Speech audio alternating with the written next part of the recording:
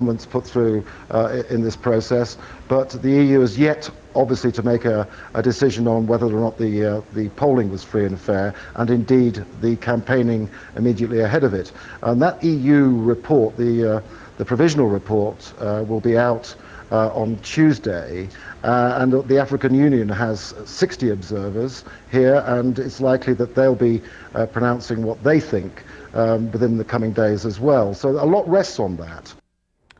Andrew Simmons there with the latest. Well, Alimayu Mariam is Associate Editor of the Ethiopian Review and a political science professor at California State University. He joins us now on the line from Los Angeles. Sir, thank you very much for joining us. First of all, your reaction to the poll that we've seen in Ethiopia. There have been allegations of irregularities. What have you been hearing? Well, we receive anecdotal evidence through bloggers and by email and telephone and other means. There are certainly anecdotal suggestions that there's been intimidation at the polling places. Particularly, opposition observers have been roughed up a bit in some instances in the presence of security officers and police officers. I think your reporter interviewed one of the main opposition leaders, and he declared that the election was not free and fair, and I think much of it attributable to the kinds of the general climate of fear and intimidation that has characterized this election for the past year or so. And yet we've also heard from the chief EU observer in Ethiopia. He said that he'd heard the complaints from the opposition, but that he hadn't seen anything that would inspire any anxiety. I think that's rather absurd to make a statement like that, because the polls barely closed a couple of hours ago. And to the extent that these kinds of complaints will be streaming in, you'd have to give them at least a day or two for the complaints to be lodged. And I suspect there would be a procedure by which these complaints will be presented and processed. But I want to add a couple of things here, and that is, even if there were complaints, two things must exist for any meaningful complaint processing to take place.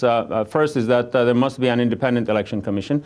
It is well established that the commission that exists right now is merely an appendage of the ruling regime. Many of them, I suspect, are party members, and beyond that, of course, you need an independent judiciary, and it's well established that there is no independent judiciary in Ethiopia. And so you combine these two, you find out that the whole exercise, the whole effort is an exercise in futility, in my view.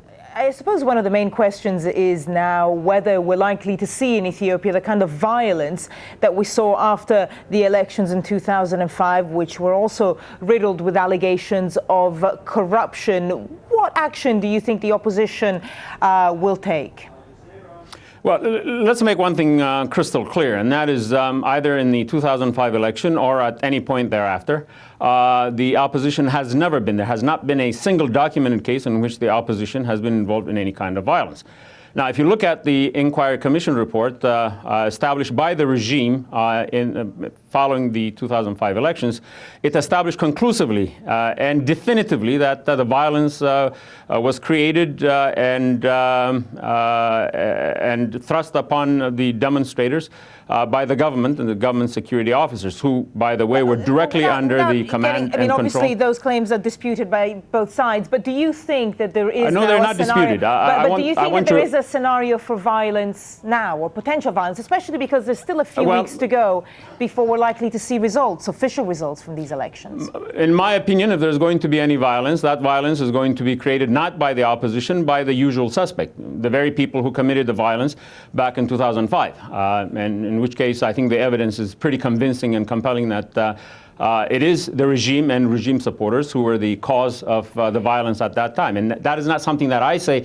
That is something established by an inquiry commission established by the regime itself. The opposition said that they want to pursue the allegations of corruption in these elections through the courts. Do you think that that is a viable course of action? Do you think that will achieve anything? I think I suggested earlier that it is an exercise in futility, in my view, because to be able to pursue such a legal claim, you need an independent judiciary. By that we mean a judiciary that is not politically controlled, or whose appointees do not owe their loyalty or allegiance to the regime. That simply does not exist today. in Ethiopia. And therefore, going through the court system, in my view, will produce nothing but what it produced last time, and that is a reaffirmation of the victory claimed by the regime. Alemayehu Mariam, Associate Editor of the Ethiopian Review and Political Science Professor at California State University, thank you very much for sharing your views with us. My pleasure. Well, next door to Ethiopia, in Somalia, fighting between government troops and al-Shabaab rebels has killed at least 20 people this weekend. Residents